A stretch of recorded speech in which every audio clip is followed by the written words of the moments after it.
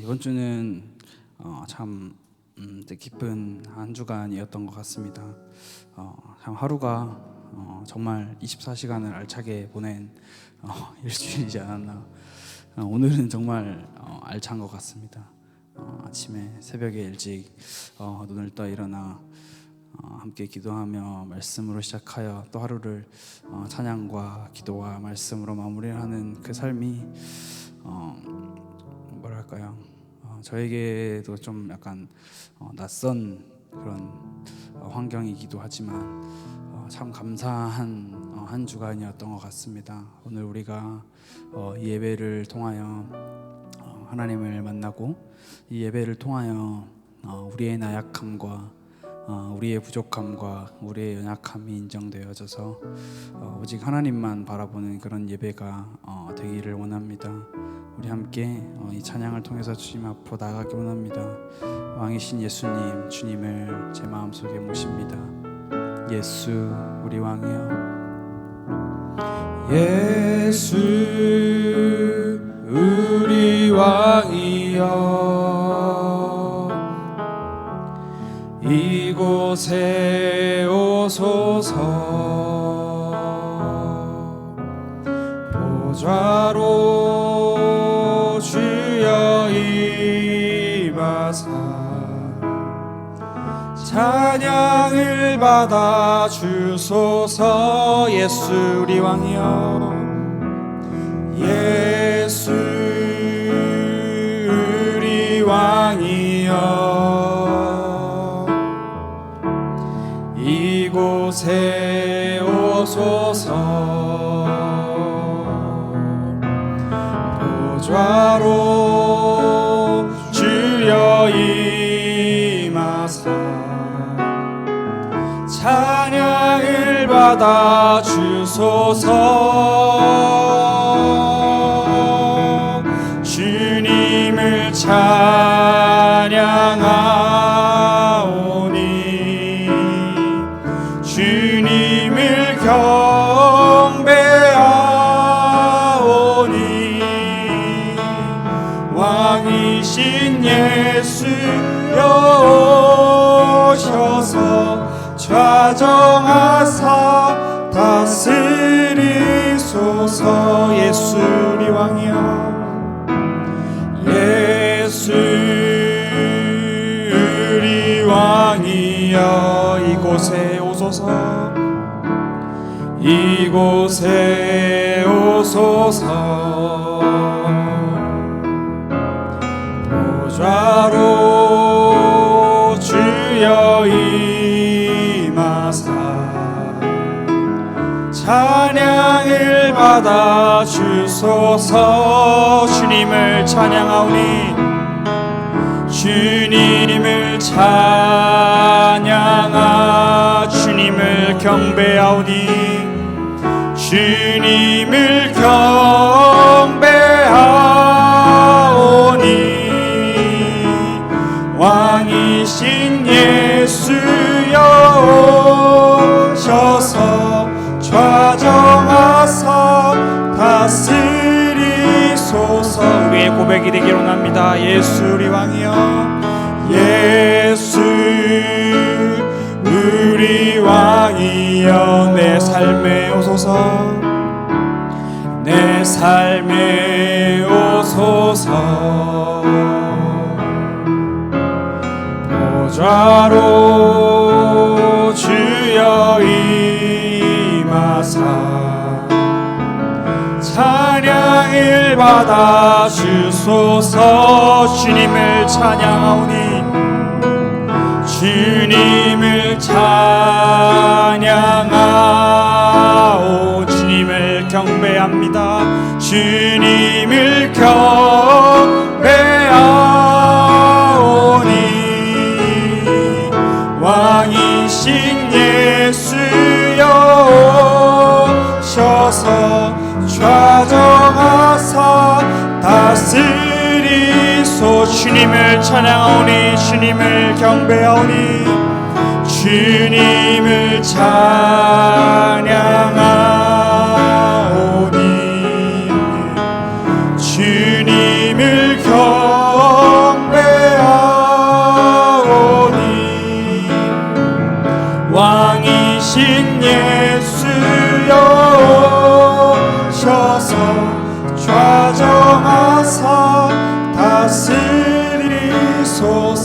함께 기도하며 같이 주님 앞에 나아갑시다.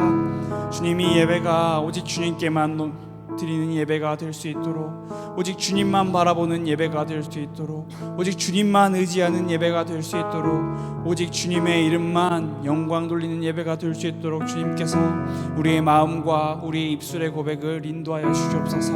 우리 함께 기도하며 주님 앞으로 나아갑시다. 하나님 아버지 감사합니다.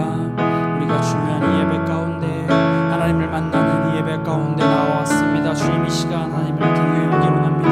하나님을 높이기로 합니다. 주님 이 시간 우리가 오직 하나님께만 예배하기로 합니다. 우리의 마음과 우리의 생각과 우리의 모든 영혼이 오직 하나님만을 바라보며 하나님만을 의지하며 하나님만 찾는 예배가 될 수 있도록 주님 인도하여 주옵소서. 주님 우리의 삶의 나약함과 문제와 수많은 사연과 수많은 어려움들 가운데 우리가 주님을 바라보며 주님께 나아가 주님을 의지하며 주님을 간절히 붙들기로 합니다. 주님 우리의 마음과 우리 입술의 고백을 주장하시사 우리가 오직 하나님만을 찬양하며 오직 주님만 영광 돌리는 예배가 될 수 있도록 주님 이 예배를 주장하시고 주님 이 예배를 주관하시고 이 예배를 주님께서 인도하여 주시옵소서.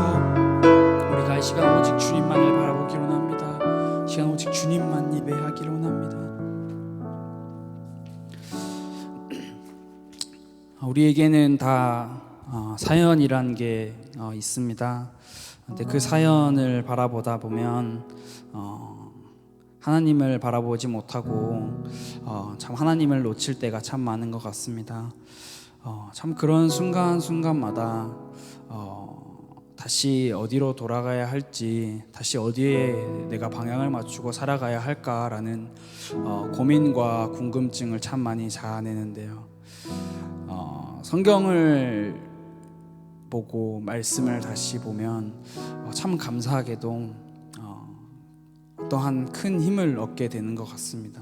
근데 그 힘이 너는 할 수 있다, 너는 잘 해낼 수 있다, 너는 대단한 사람이다, 너는 위대한 사람이다 라는 그런 힘보다는 나는 연약하다, 나는 부족하다, 나는 아무것도 할 수 없는 존재다, 그렇기에 모든 것을 하실 수 있는 모든 능력 되시는 그 주님을 바라보는 그 힘과 그 믿음이 다시 한번 우리 마음에 회복되는 것 같습니다.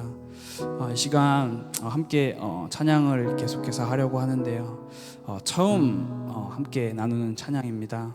이 찬양은 본 회퍼라고 하는 목사님께서 나치 수용소에서 죽음을 앞두고 쓴 시를 찬양으로 함께 만들어 고백하는 곡인데요. 선한 능력으로라고 하는 이 찬양입니다. 이 찬양이 우리에게는 처음 불러보는 곡이기 때문에 많이 낯설고 좀 생소하지만 앞에 자막을 보시면서 그리고 함께 찬양팀이 같이 고백하는 이 고백을 들으면서 정말 가사를 묵상하시면서 우리 함께 이 고백을 하나님 앞에 올려드리기 원합니다.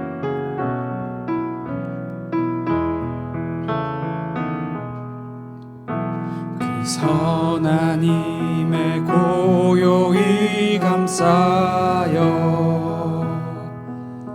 그 놀라운 평화를 누리며 나 그대들과 함께 걸어가네. 나 그대들과 한 해를 여네. 지나간 허물 어둠의 날들이 무겁게 내 영혼 짓눌러도 오 주여 우릴 외면치 마시고 약속의 구원을 이루소서. 그 선한 힘이 우릴 감싸시니 믿음으로 일어날 일 기대하네. 주 언제나 우리와 함께 계셔. 하루 걸어가는 새. 우리 처음부터 한 번 더 같이 고백하기로 합니다. 그 선하님의 고요히 감싸 그 놀라운 평화를 누리며 그 놀라운 평화를 누리며 나 그대들과 함께 걸어가네. 나 그대들과 하늘을 여 지나간 허물 어둠의 날들이 지나간 어둠의 날들 무겁게 내 영혼 짓눌러도 무겁게 내 영혼 짓눌러도 오 주여 우릴 외면치 마시고 오 주여 우릴 외면치 마시고 약속의 구원을 이루소서. 그 선하님이 우릴 감싸시니 믿음으로 일어날 일 기대하네. 주 언제나 우리와 함께 계셔. 하루 또 하루가 늘 새로 그 선하님이 우리를 감싸시니 그 선하님이 우리를 감싸시니 믿음으로 일어날 일 기대하네.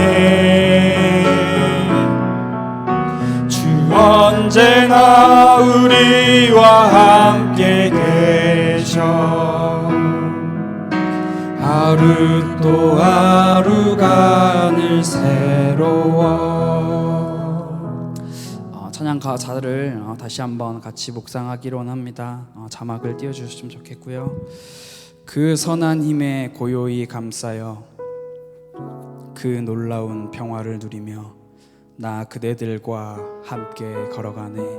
나 그대들과 한 해를 여네. 지나간 허물 어둠의 날들이 무겁게 내 영혼 짓눌러도 오 주여 우릴 외면치 마시고 약속의 구원을 이루소서. 그 선한 힘이 우리를 감싸시니 믿음으로 일어날 일 기대하네. 주 언제나 우리와 함께 계셔. 하루 또 하루가 늘 새로워.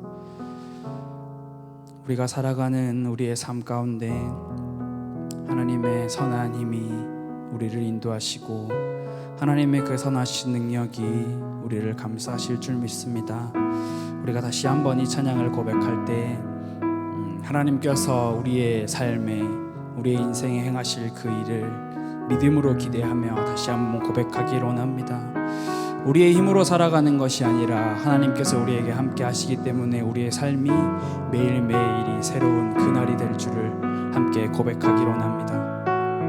그 선한 힘에 고요히 감싸여 그 선한 힘에 고요히 감싸여 그 놀라운 평화를 누리며 나 그대들과 함께 걸어가네. 나 그대들과 한 해를 여네. 지나간 허물 어둠 지나간 허물 어둠의 날들이 무겁게 내 영혼 짓눌러도 오 주여 우릴 외면치 마시고 약속의 구원을 이루소서. 그 선한 힘이 우릴 감싸시니 믿음으로 믿음으로 일어날 일 기대하네.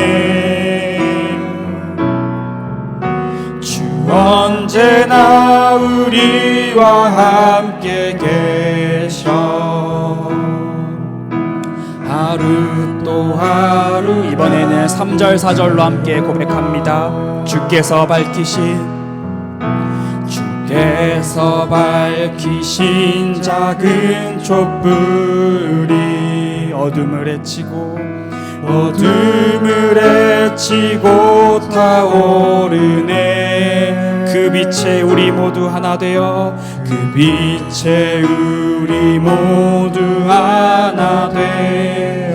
온 누리에 비추게 하소서.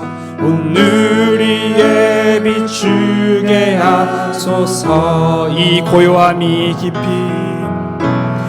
고요함이 깊이 번져갈 때 저 가슴 벅찬 노래 들리네. 다시 하나가 되게 이끄소서.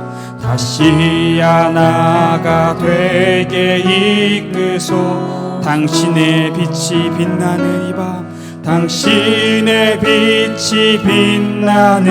이 밤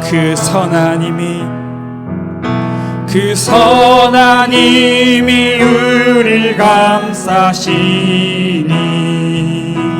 믿음으로 일어날 일 기대하네.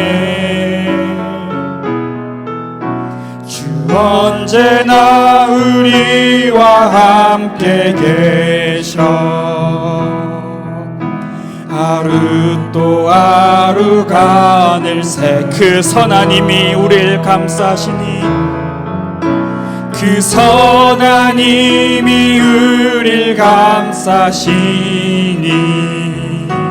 믿음으로 일어날 일 기대하네.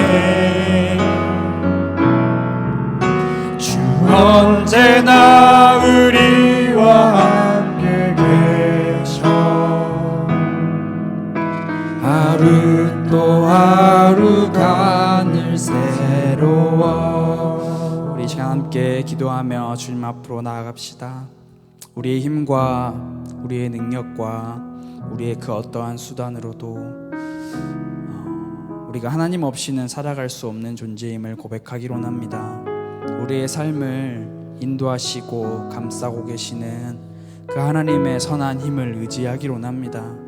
우리의 힘을 의지하는 것이 아니라 하나님을 바라보며 하나님께서 우리의 삶 가운데, 우리의 일 가운데, 우리의 가정 가운데 믿음으로 새날을 허락하여 주실 줄을 믿으며 우리가 하나님 앞에 나가기로 합니다. 언제나 우리와 함께 하신 주님, 우리가 주님을 믿으며 이 귀한 기도의 시간이 예배의 시간에 나아갑니다. 주님, 우리를 외면치 마시고 우리에게 약속의 구원을 이루어 주옵소서. 우리 함께 기도하며 주님 앞으로 나아갑시다. 하나님 아버지, 우리의 힘과 우리의 능력과 우리의 그 어떤 의와 수단과 방법으로도 우리가 하나님 없이는 살아갈 수 없는 존재임을 고백합니다. 주님, 우리의 삶을 감싸시는 하나님을 만나기로 합니다. 우리의 삶을 주장하시고 우리의 삶을 인도하시는 하나님을 의지하기로 합니다. 주님, 우리가 믿음으로 한 걸음씩 하나님을 만나기로 합니다. 우리의 삶에, 그리고 우리의 가정에, 우리 일 가운데 새 일을 행하실 하나님을 간절히 바라보며 우리가 오직 주님을 의지하며 나아가기로 합니다. 주님, 우리가 연약하여질 때 주님이 강하게 되시며 우리의 마음이 연약하여질 때 주님을 간절히 의지하기로 합니다. 주님의 이 기도의 시간에, 이 예배의 시간에 하나님을 만나며 하나님을 살아가며 하나님을 간절히 바라보는 예배의 시간이 될 수 있도록 주님, 우리의 마음과 우리의 생각과 우리의 모든 것을 주님께서 인도하시고 이끌어 주시옵소서. 우리가 오직 이 시간 주님만을 바라보며 주님 앞에 나아가기를 원합니다. 우리 함께 다 같이 자리에서 일어나셔서 우리의 하나님, 나의 하나님께 최고의 경배와 영광을 돌려드리길 원합니다. 나의 주 하나님, 나의 주 하나님, 내 사랑하는 아버지, 이 시간 주님만 예배합니. 나의 주 하나님, 나의 주 하나님, 내 사랑하는 아버지, 이 시간 주님만 예배합니다. 주가 지으신 만민 중에서 주가 다스리는 모든 나라 가운데 나 오직 주님만을 섬기며 최고의 경배 주께 드리리네. 주의 나라를 이루는 찬양을, 주의 이름에 합당한 큰 영광을 내 맘과 힘, 내 생명 다해 내 주께 올려질 주의 나라를 이루는 찬양을, 주의 나라를 이루는 찬양을, 주의 이름에 합당한 큰 영광을 내 맘과 힘, 내 생명 다해 내 주께 올려드리네. 감사한 마음으로, 기쁜 마음으로 주님 앞에 기도하며 나아가기로 합니다. 주님, 이 시간 주님만 최고 홀로 영광 받아 주시옵소서. 오직 이 시간 주님만을 높이며 주님만을 예배하는 예배가 되기로 합니다. 주님, 우리의 마음이 주님만을 바라보기로 합니다. 주님, 우리의 영혼이 주님만을 사모하기로 합니다. 주님만을 의지하는 예배가 될 수 있도록 우리의 마음을 인도하여 주옵소서. 우리 함께 기도하며 주님 앞으로 나갑시다. 하나님 아버지, 감사합니다. 오직 홀로 영광밖에 합당하신 주님, 이 시간 주님의 이름을 찬양합니다. 주님의 이름을 예배합니다. 주님의 이름을 높입니다. 주님만 의지하고 주님만 붙들기를 원합니다. 주님, 우리의 마음과 우리의 영혼과 우리의 생각과 우리의 모든 것이 오직 하나님만을 바라보는, 오직 하나님만을 간절히 사랑하며 오직 하나님만을 간절히 사모하는 예배가 될 수 있도록 하나님께서 이 예배를 붙잡아 주시고 이 예배를 인도해 주시고 이 예배를 붙들어 주시옵소서. 우리가 오직 예수님만을, 당신만을, 우리 아버지를 바라보기를 원합니다.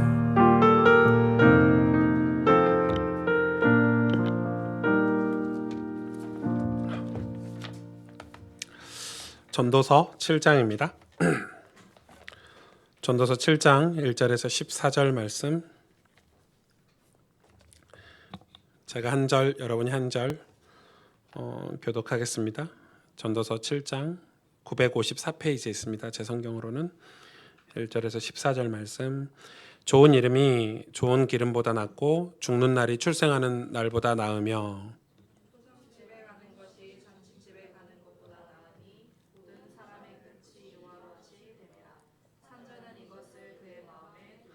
슬픔이 웃음보다 나음은 얼굴에 근심하는 것이 마음에 유익하기 때문이니라.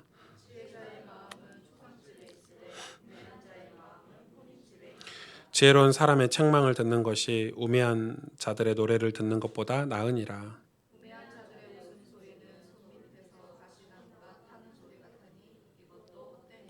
탐욕이 지혜자를 우매하게 하고 뇌물이 사람의 명철을 망하게 하느니라.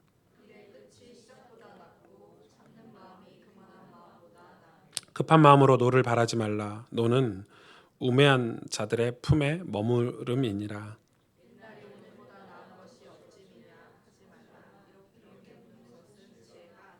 지혜는 유상같이 아름답고 햇빛을 보는 자에게 유익이 되도다.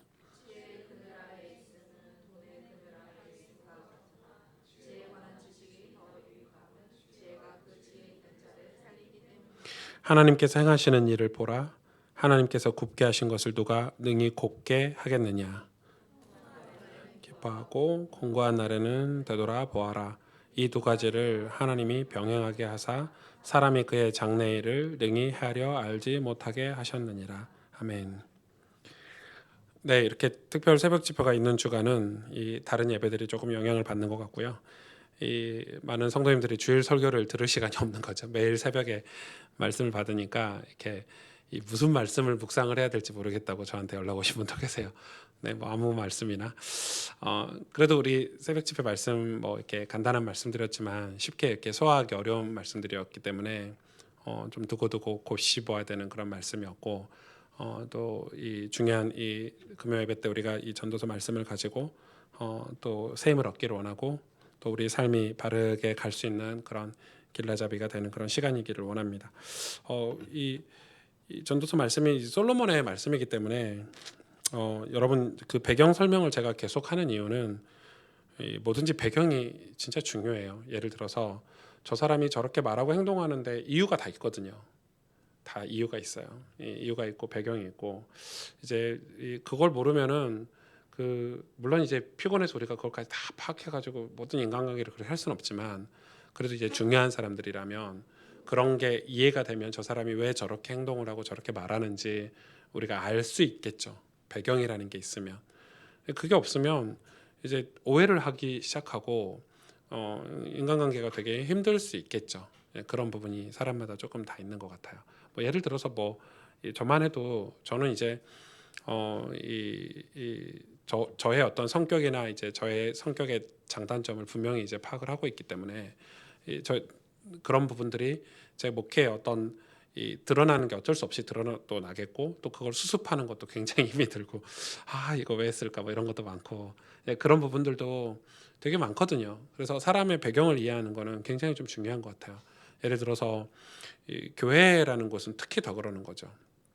이 교회 와서 사람들이 표현할 게 없으니까 어떤 사역으로 표현을 해요. 봉사 이런 걸로 표현을 한단 말이에요.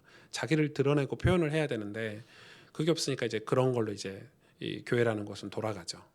그래 하나님이 또 교회를 그렇게 만들어 놓으셨어요. 열심히 내는 사람들. 요한계시록의 교회를 설명하고 보면은 뜨겁게 이 교회를 헌신하고 봉사하라고 이렇게 얘기하고 있거든요. 그런 게 이 교회라는 곳을 그렇게 하나님 만들어 놓으셨는데 그런데 이제 그런 거를 표현하면서 우리가 놓치지 않아야 될 것은 영적인 거죠. 그러니까 그게 어려운 거예요. 그러니까 그런 부분을 우리가 이해하고 예를 들어서 교회는 시차가 다 달라요. 뭐 신앙이 1단계는 일부 예배 다 오세요. 2단계 신앙은 2부 예배 오세요. 우리 3단계 신앙은 금요 예배 오세요. 이러면 너무 좋겠는데 목회도 그게 얼마나 편하겠어요. 1단계 오시는 일부 예배 오시는 분은 다 신앙 수준이 1단계구나. 2부 예배 오시는 분은 2단계구나. 이렇게 하면 얼마나 편하겠어요. 다 달라요. 매주 다르고요. 교회가 매주 등록하잖아요. 새가족들도 한꺼번에 1주차 때 와가지고 사주 교육 딱 받고 5주에 딱 끝나면 좋은데 1주 교육하면 그 다음 주에 1주차 또 오고 1주 교육하면 1주차 또 오고 얼마나 힘들겠어요, 여러분. 교회는 그렇게 천차만별. 그리고 뭐 이렇게 여러분 제가 언젠가는 이제 바이블 스쿨 때 그런 얘기를 하겠지만 파라사역은 너무 쉬워요. 여러분 파라사역을 어렵다고 하면 안 돼요. 파라사역은 원하는 사람을 모아놓고 하기 때문에 쉬워요. 제가 내일 인천에 가서 청소년 집회를 하거든요. 뭐 한 200명 모인대요. 여러분 청소년이잖아요. 딱 대상이 중고등학생이야. 그러니까 저는 강의하러 가면 너무 편해. 딱 대상이 분명하니까 걔네들한테 할 얘기 준비해서 가면 돼요. 저는 거기에 뭐 어른들이 오고 뭐 이 초등학생이 오고 뭐 목사님들 장로님들 신경 안 쓰고 강의하는 스타일이거든요. 청바지 입고 티 입고 가서 대상이 청소년이니까. 다음에 왜 목사님 뭐 양복을 안 입고 오셨어? 그러면 뭐 안 부르면은 저는 땡큐 하죠. 바빠 죽겠는데. 그러니까 너무 쉬워요. 파라사역은. 대학 사역 너무 쉬워요. 뭐 CCC 집회 대학생들만 모여 있어요. 너네들 알아서 텐트 쳐.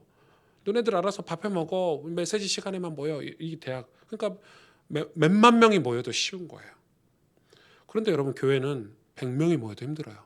저 하람이부터 해가지고 우리 70대 80대 장로님 권사님들까지 너무 다양하죠.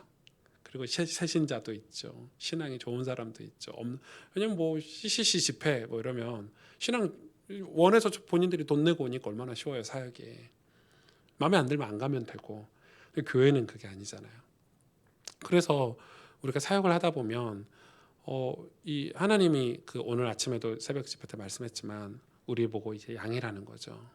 우리가 그 양이라는 존재를 우리가 빨리 인정을 하고 주님만이 우리의 목자시구나 이러면 신앙이 되게 선명하게. 그러니까 우리가 무슨 일을 하다가도 그거 정체성을 놓치면 안 되는 거죠. 목사인 저도 내가 목사지, 내가 담임 목사지 이렇게 살면요 신앙 다 놓치게 돼요. 나는 늘 주님의 어린 양이에요. 부족한 양이에요. 나는 목자가 필요해요. 그래야 제가 50대가 되고 60대가 돼도 건강한 목사 생활을 할 수 있어요. 안 그러면 우리 교회 많이 모이네? 한 목사가 갑자기 교만해져가지고 병들 수 있죠. 또 교회 성도가 적게 모인다고 해서 막 낙심해가지고 맨날 울고 막 이럴 수도 있잖아요.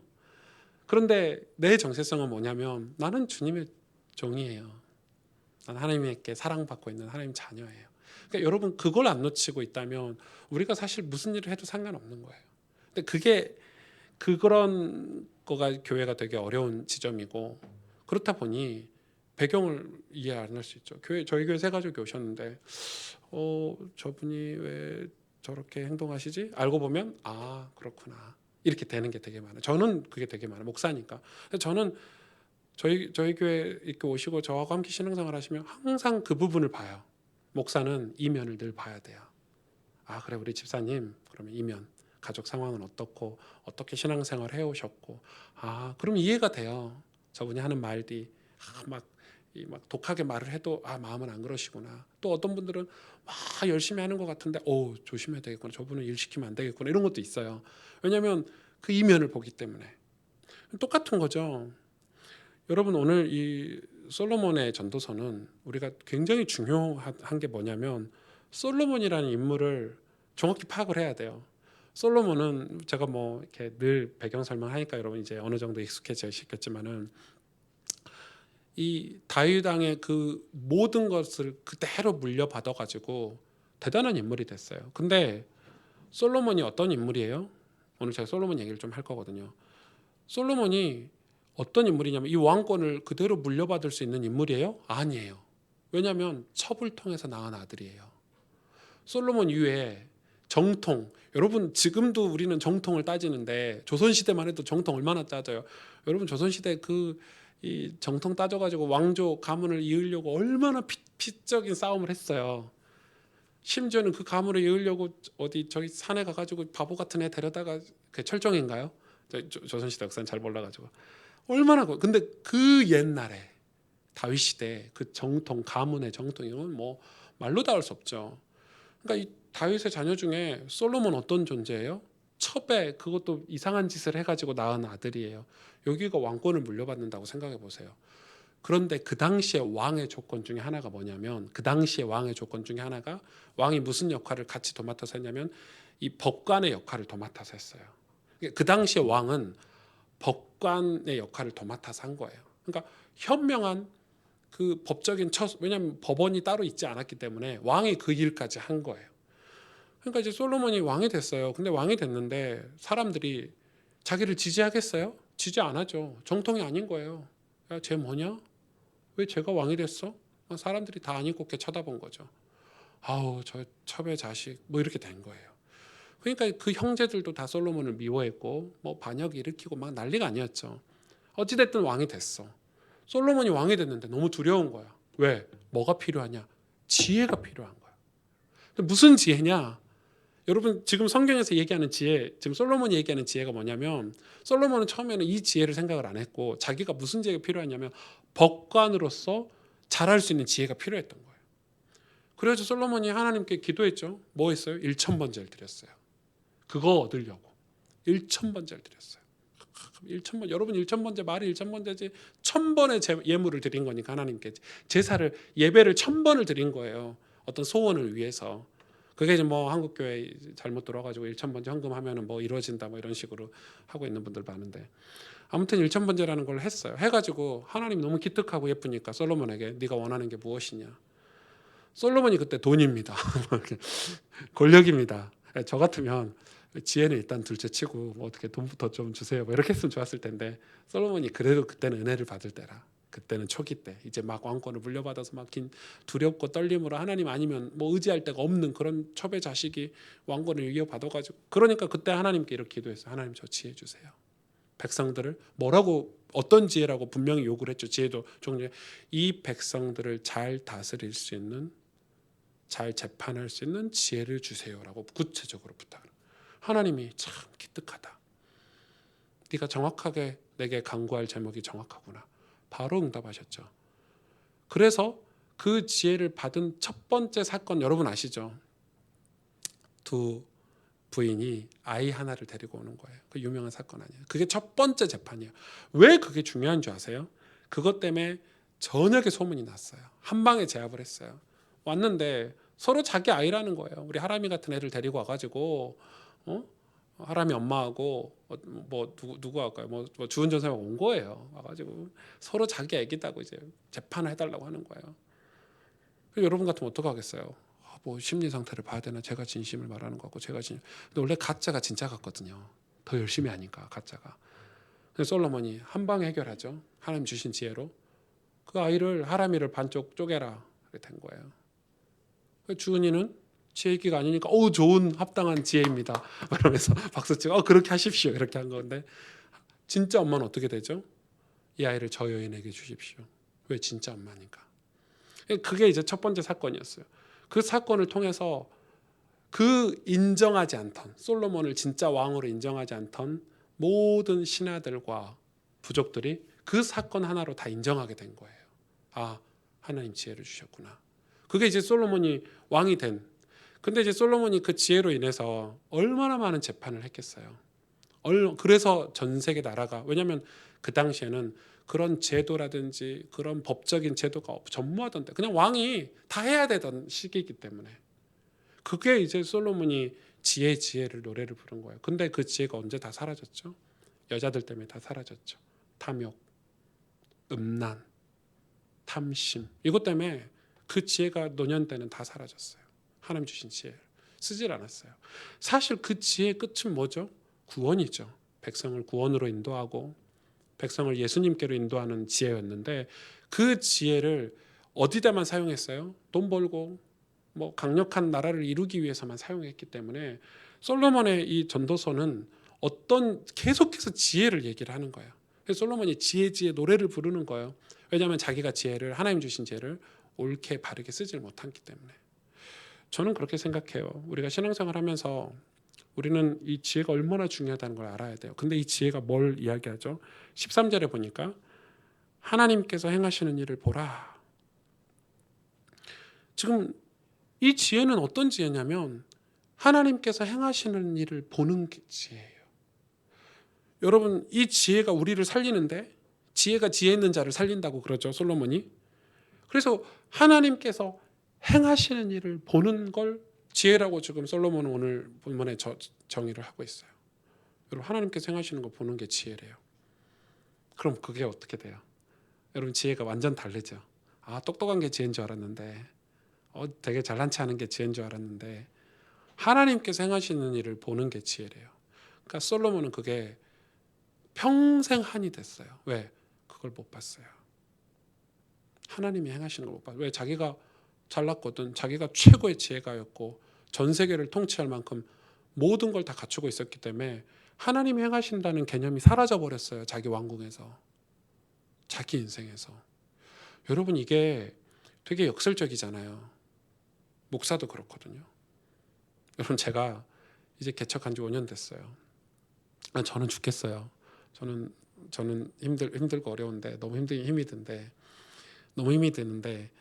그런 게 들 것 같아요. 왜냐하면 시스템이 잘 갖춰지면 예를 들어서 저희 교회 똑똑한 그런 뭐 장로님들, 권사님들이 많아가지고 각자 일을 다 해줘.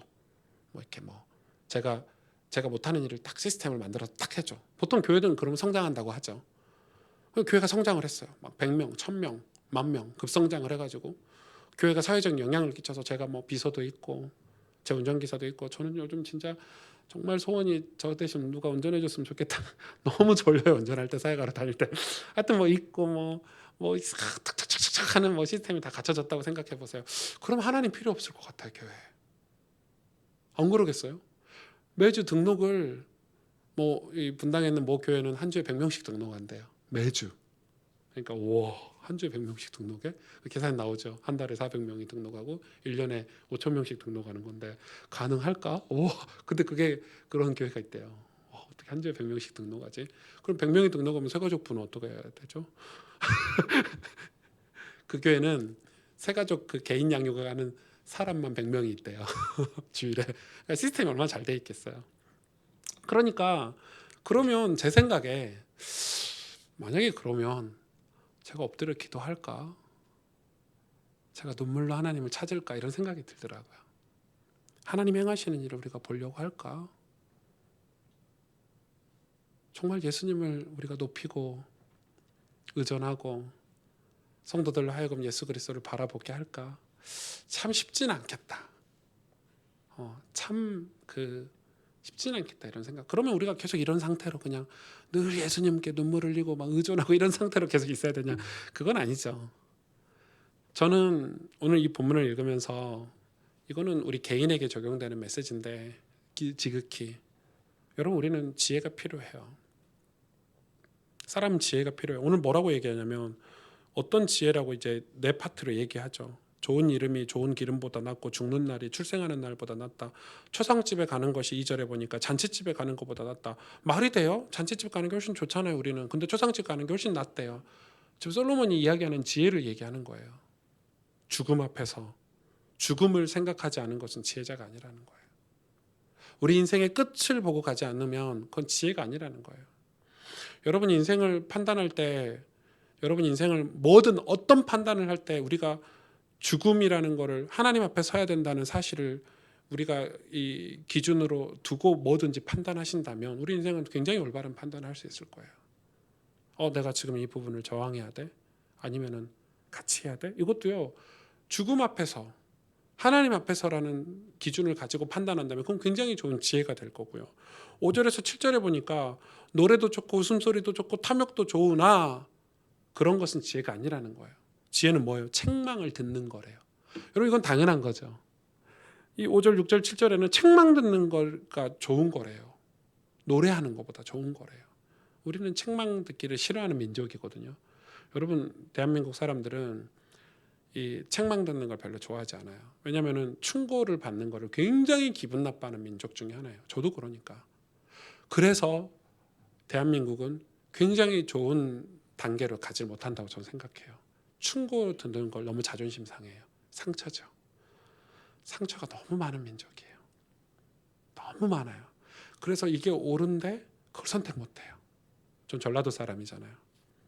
광주 사람들은 그 상처가 있기 때문에 분명히 저쪽 경상도에서 하는 게 옳은데 정책적으로 그걸 지지를 못하더라고요. 왜? 맞는데 싫은 거야. 인정을 못하는 거죠. 그래서 발전이 없어요. 죄송합니다. 광주 전라도 가보세요. 음식 말고는 발전된 게 하나도 없어요. 왜요? 인정을 못해요. 그냥 기분 나쁜 거지. 근데 오늘 이야기하는 지혜 중에 하나가 뭐예요? 충고를 듣는 거래요. 저는 이걸 극복하기 위해서 굉장히 많은 노력을 했어요. 정말 뭐 어떻게 표현할지 모르겠지만 제 인생의 가장 힘든 부분이었어요. 근데 이걸 뛰어넘어야 되겠다. 이 생각이 들었어요. 난 전라도 출신이지만 난 전라도 출신이기 싫다. 전라도를 무시하는 건 아니에요. 저는 그러고 싶었어요. 내가 정말 객관적으로 정책을 볼 수 있고 객관적으로 우리나라의 상황을 볼 수 있지 않으면 나는 훌륭한 목사가 될 수 없어요. 늘 그거에 묶여서 설교를 하겠죠. 여러분 맞잖아요. 그게 중요한 거예요. 그래서 우리가 놀고 먹는 것도 중요하지만 책망을 듣고 자기를 돌보고 갱신할 수 있는 신앙이 굉장히 중요하다는 거예요. 그리고 8절부터는 뭘 얘기하고 있죠? 일의 끝이 시작보다 낫고 참는 마음이 교만한 마음보다 나으니 급한 마음으로 노를 바라지 말라. 뭐라고 얘기하냐면 8절, 9절, 10절에 급한 마음으로 노를 바라는 감정적으로 살지 말라는 거죠. 인내하고 참어라. 여러분 우리 그런 일 많죠. 무슨 일을 벌이다가 내 마음이 기분이 나빴어. 욱한단 말이에요. 감정적으로 했어. 근데 지나고 보니까 내가 틀렸어. 여러분 그런 거 너무 많죠. 그러나 그 순간에 조금 참고 인내하고 기다려 보면 그때 화를 안 냈던 게 잘한 일이구나. 이런 게 되게 많아요. 일이라는 건 그렇더라고요. 막 화낸다고 되는 일이 아니더라고요. 제가 예전에는 얼마나 일을 열심히 했냐면 제가 대회를 하거나 어떤 조직에서 일을 하면 일을 잘해야 되니까 저는 그게 상처였어요. 일을 제가 못하면은 내세울 게 없으니까 무조건 열심히 최선을 다해서. 그러니까 뭘 많이 했냐면 화를 많이 냈어요. 일이 안 되면 화가 나는 거예요. 화가 나가지고 제 주변 사람들은 저 때문에 분위기 싸하겠죠. 제가 화를 내고 있으면. 저는 일만 잘 되면 됐어요. 그때 사람을 다 잃었어요. 저는 그때 잃은 사람들을, 그때 사람들과의 그런 관계들을 이해가 되고 하나님 앞에 기도했어요. 내가 이 일을 왜 하지? 이 친구들에게 은혜를 끼치고 사람을 살리는 일을 하는 게 목사의 일인데. 그래서 저는 스타일을 완전 바꿨어요. 지금은 일 열심히 안 해요. 오히려 윗분들한테 욕 바가지로 먹어요. 목사 왜 일 그렇게 하냐, 빨리빨리 안 하고 이거 제대로 안 하냐. 저는 이게 물론 세상 일이고 돈 받고 하는 일 같으면 해야 되지만 이건 돈 받고 하는 일이 아니기 때문에, 교회 일은, 복음 전하는 일은, 이거는 사람을 살려야 되겠다. 사람 살리는 일이 돼야 되겠다. 그러니까 그러다 보니 놀라운 거는 기다려서 사람이 살고 사람이 진짜 은혜를 받고 나니까 일은 되게 돼 있어요. 왜? 다 사니까. 기쁜 마음으로, 즐거운 마음으로 헌신하는 게 좋아요. 그게 진짜예요. 그런데 하나님 나라의 일은 그렇다는 거예요. 그러니까 여러분, 이건 굉장히 중요한 거예요. 솔로몬이 얼마나 많은 화를 냈는 줄 아세요? 얼마나 많은 사람을 죽였는 줄 아세요? 왜? 나라가 부강해져야 되고요, 이 나라를 유지해야 되고 사람을 죽였어요. 그래서 결국 나라 다 망했잖아요. 그러니까 지금 당장은 좋아요. 왕이 강력하니까, 왕이 힘이 있으니까, 파워풀하니까 그 앞에서는 다 굽신굽신 거리고 막 이렇게 하는 거 하지만, 이 사람들은 솔로몬이 믿는 하나님을 믿지 않았어요. 그래서 지금 우리에게 이야기하는 거예요. 급한 마음으로 노를 바라지 말아라. 좀 기다려봐라. 사건이 벌어져도 당장 화내지 말고 기다려서 묵상하고 주일날 예배드리고 나고 보면 좀 달라요. 그때는 막 내가 떨어진 것 같고 내가 좀 손해보는 것 같고 실패한 것 같지만, 말씀 듣고 기다려보면 아닌 거예요. 그런 게 얼마나 많아요, 우리 인생에. 누구도 그러잖아요. 비행기 추락해서 다 죽었는데 그 비행기 못 타가지고 지가 그 운전기사하고 막 싸우고 막 난리 났는데 그 비행기가 추락해 죽었다는 거예요. 그러니까 그 싸운 게 잘 된 거죠, 나중에는 보면. 물론 그렇게 다 이렇게 비약적으로 해석할 필요는 없지만, 11절부터 뭐라고 얘기합니까? 11절부터는 지혜는 유산같이 아름답고 햇빛을 보는 자에게 유익이 되도다. 여러분, 이거 진짜 중요한 메시지예요. 시 같지만 지혜는 누구에게 유익이 되냐면요, 햇빛 보는 자에게 유익이 돼요. 그러니까 어둠에 살고자 하는 사람에게는 이 영적인 지혜가 필요가 없어요. 늘 죄를 지으려고 하는 사람들은 지혜가 뭐가 필요해요? 그냥 죄 짓고 살면 되지. 천국에 입성하지 않으려는 사람들에게는 이 영적 지혜가 필요가 없어요. 충고를 들을 필요가 뭐가 있어요? 내 마음대로 살면 되지. 책망을 왜 들어요? 맞잖아요. 죽음을 왜 생각하고 살아요? 그냥 살면 되지. 이 모든 지혜는 내가 햇빛을 보는 사람에게 필요한 거예요. 내가 구원받기 위해서 지혜가 필요한 지혜인 거예요. 안 그러면 지혜 필요 없어요. 여러분, 교회 와서 설교 왜 들으세요? 여러분이 훨씬 똑똑하신데, 여러분이 훨씬 삶을 더 잘 사시는데 목사의 설교를 왜 들으세요? 그리고 12절에 지혜의 그늘 아래에 있음은 돈의 그늘 아래에 있는 것 같으나, 있음과 같으나 지혜에 관한 지식이 더 유익함은, 돈보다 지혜가 당연히 더 유익하겠죠. 지혜가 그 지혜 있는 자를 살리기 때문이니라. 근데 이 지혜가 뭐냐? 결론을 내는 거 13절에 하나님께서 행하시는 일을 보라. 하나님이 행하시는 일을 보는 게 지혜래요. 그럼 이 모든 게 이해가 되죠. 하나님이 행하시는 일을 보기 위해서 우리가 화도 좀 덜 내고, 하나님이 행하시는 일을 보기 위해서 우리가 책망도 즐겨 듣고, 하나님이 행하시는 일을 보기 위해서 우리가 죽음을 생각하고 늘 판단하고, 하나님이 행하시는 일을 보기 위해서 그저 지혜의 그늘 아래서 살아야 된다는 거예요. 그러면서 14절에 보실래요? 진짜 중요한 얘기하고 있죠. 형통한 날에는 기뻐하고 공고한 날에는 되돌아보아라. 이게 두 가지 이야기를 하고 있죠. 이 두 가지를 하나님이 병행하게 하사 사람이 그의 장래일을 능히 헤아려 알지 못하게 하셨느니라. 와, 기가 막히죠. 형통한 날과 공고한 날이 우리 인생에 병행하도록 하나님 주셨대요. 쉽게 말하면 쉬운 단어로 형통과 공고가 잘 이해가 안 되시면 쉽게 표현하면 잘 되는 날과 잘 안 되는 날이 우리에게 있다는 거예요. 성공하는 날과 실패하는 날이 우리에게 있다. 그걸 병행하게 하사 장래일을 알지 못하게 하셨대요. 왜?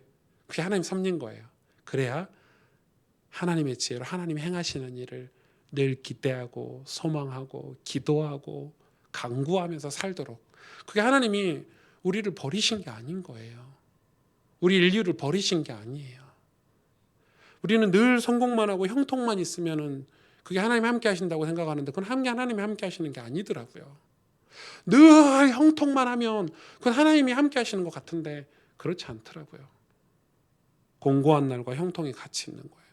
여러분 요셉도 그랬잖아요. 형통만 있었어요. 공고 속에서 형통이 있었어요. 고난 속에서 기쁨이 있었고, 여러분 어려움 속에서 축복이 있었고, 잘 안 되는 일 속에서 잘 되는 일이 있었어요. 그게 이제 신앙인 거죠. 근데 그거를 어떻게 해석하고 그걸 어떻게 판단하고 볼 수 있냐? 그게 지혜라는 거예요. 지혜, 구원의 지혜. 뭐 지혜에다 많이 붙일 수 있겠죠. 영적인 지혜. 하나님이 행하시는 일을 보는 게 곧 지혜예요. 여러분 하나님 행하시는 일 우리가 어떻게 볼 수 있어요? 어떻게 볼 수 있죠? 그래서 솔로몬은 결론을 내리죠. 말씀. 이렇게 결론을 내려요. 하나님 행하시는 일은 성경을 통해서 말씀을 통해서 아니면 볼 수가 없어요. 그렇게 만들어 놓으셨어요 하나님이. 그래서 다윗이 하나님 행하시는 일을 보기 위해서 답답해 죽겠는 거예요. 하나님이 도대체 나를 왜 광야에, 왜 내 아들은 나에게 지금 압살롬 나에게 반역을 하냐. 하나님 행하시는 일이 봐야 되는데 어떻게 알아요? 해석이 안 되는데 내 인생이. 그래서 주야로 여호와의 말씀을 묵상하는도다. 말씀을 통과해가지고 내 삶을 들여다보지 않으면 하나님 행하신 일을 볼 수가 없어요. 그렇죠? 그런 거예요. 뭐 교회도 똑같은 것 같아요. 목회도 똑같은 것 같아요. 제가 설교하고 설교 말씀을 담당하는 직무를 담당을 했잖아요. 직분을 감당을 하고 있잖아요. 그 직분과 별개로 또 저는 저 개인적으로는 말씀을 통해서 이 하나님이 우리 교회를 어떻게 이끌어 가시는지를 보지 않으면 그냥 야 지난 5년간 이렇게 성장해 왔어 우리 교회가. 앞으로 5년 이렇게 성장해 갈 거야. 여기에 딱 걸리겠더라고요. 제가 그래서 올해 사실은 안식년을 가지면서 안식월을 가지면서 이 부분을 뒤집고 싶었어요. 이게 내가 생각하는 목회인가 아니면 하나님이 지금 하시는 일인가. 물론 제가 안식월을 가지 않았지만 충분히 그거에 대한 확신을 많이 가지고 있어요 지금. 내 욕심으로 너무 많은 일들을 벌려놨구나. 내 스타일대로. 그리고 우리 성도들이 일하면서 또 은혜를 못 받을 수도 있겠구나. 우리 성도들의 마음과 영혼을 헤아려야 되겠구나. 저희 내년 목회 방향은 이미 다 나왔어요. 내년은 우리가 지금 우리 교회 성도가 주일날 출석이 한 150명 된다고 해요. 잘 모르지만. 근데 저희 교회 조직은 한 1000명 조직이에요. 제가 너무 앞서가가지고 위원회가 5개나 있어요. 여러분 위원회가 5개가 있을 이유가 있어요. 이 조그만 교회. 솔직히 혼자 해도 다 하겠는데 저 혼자 그냥 해도 다 하는 교회인데 너무 조직을 크게 만들어놔가지고 그래서 내년에 조직이 다 줄어요. 조직이 많다 보니까 맡아야 될 사람이 많잖아요. 누가 부장, 누가 뭐 위원장. 근데 일은 못 하시는 거예요. 왜냐면 100명 교회니까 일하시는 분은 딱 분량이 한정이 있잖아요. 제 욕심이 얼마나 많은지 이 조그만 교회 카페 있죠. 뭐 NGO 단체 있죠. 뭐 얼마나 또 사역은 많은지 뭐 영상팀 만들어놨죠. 제가 요즘 회개하는 마음으로 이렇게 가만히 그 일하고 있는 분들 마음을 좀 들여다봐야 되겠다. 과감하게 정리해야 되겠다. 내가 내 욕심으로 하나님의 은혜를 우리 성도들로 하여금 놓치게 하고 있지는 않는가. 이런 생각을 해요 요즘. 그래서 이번에 새벽 기도에 기도하면서 진짜 마음에 확신이 들었어요. 우리는 선한 목자를 따라가는 양들인데 내가 그 선한 목자가 아닌 싹군 목사로 이 양들 앞에서 헷갈리게 하고 있지는 않는가. 예수님 따라가게 해야 되는데 우리 성도님들 예수님 믿게 해야 되는데, 그 은혜 받게 해야 되는데, 그 선하심과 인자하심이 우리 성도님들의 삶에 임하도록 해야 되는데 제가 그 일을 좀 방해하고 있지는 않나 이런 생각도 많이 들고, 아무튼 여러분 뭐 내년에는 조금 그런 의미에서 제가 지금 11월 달은 많이 기도하고 있고요. 아마 조만간에 이 조직이랑 이제 정리돼서 우리 당로님들께 컨펌 받고, 그래 당회도 계속 미루고 있어요.